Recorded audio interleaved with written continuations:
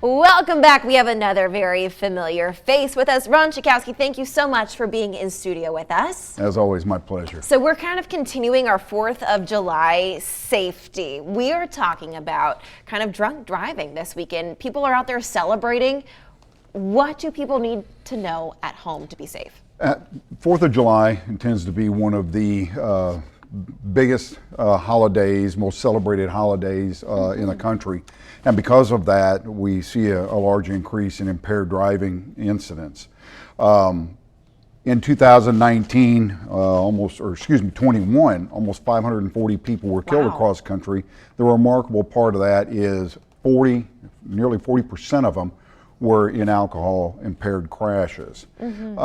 So what I would like to see is people celebrating, but celebrating responsibly, making sure that you have made arrangements for a safe and sober ride home, or if, for example, you are the designated driver, that you're taking your responsibilities seriously and remain sober so that you can get your people that you're responsible to drive home, get them home safely. And I know we hear the saying drive sober or get pulled over often, and I feel like a lot of times when it's the holidays or a big event coming up, people kind of forget about that. So why is it so important that we stay cognizant even around big celebrations like July 4th? It's important because, I mean, you basically hit the nail on the head. It's relevant anytime when you talk about remaining sober when you're out celebrating, whatever it may be.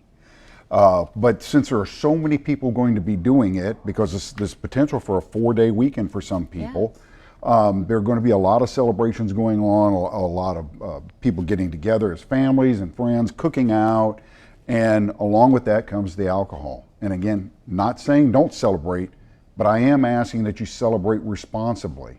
Everybody has an obligation to make sure that either you get yourself home or wherever you're going safely, or get somebody else home safely. If you are out celebrating and you see somebody has become too impaired to drive, take their keys.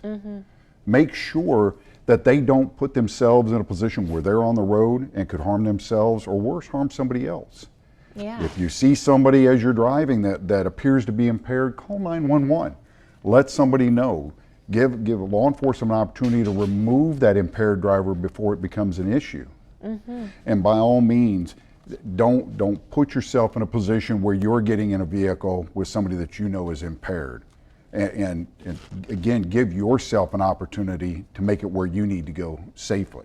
Yeah, these are all great tips for our viewers at home, and a great reminder, especially too as we celebrate these holidays, to drive sober when you're out there celebrating. Find another way home if you need to.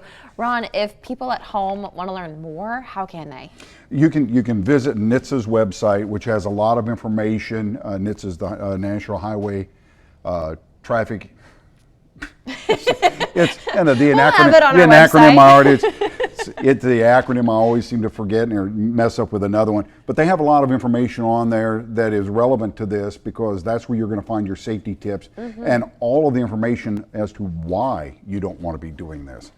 And you did mention the safety campaign, and I would want to impart to everybody that you will see enhanced law enforcement presence on the roads over the holidays, and they're going to be out there looking for impaired drivers. There'll be extra patrols out there addressing that, and they will take impaired drivers off the road whenever they have the opportunity. Well, Rami, thank you for sharing these safety tips with our viewers. If you at home, you want to learn more, head to KLAF.com. Stay with us. We'll be right back after this.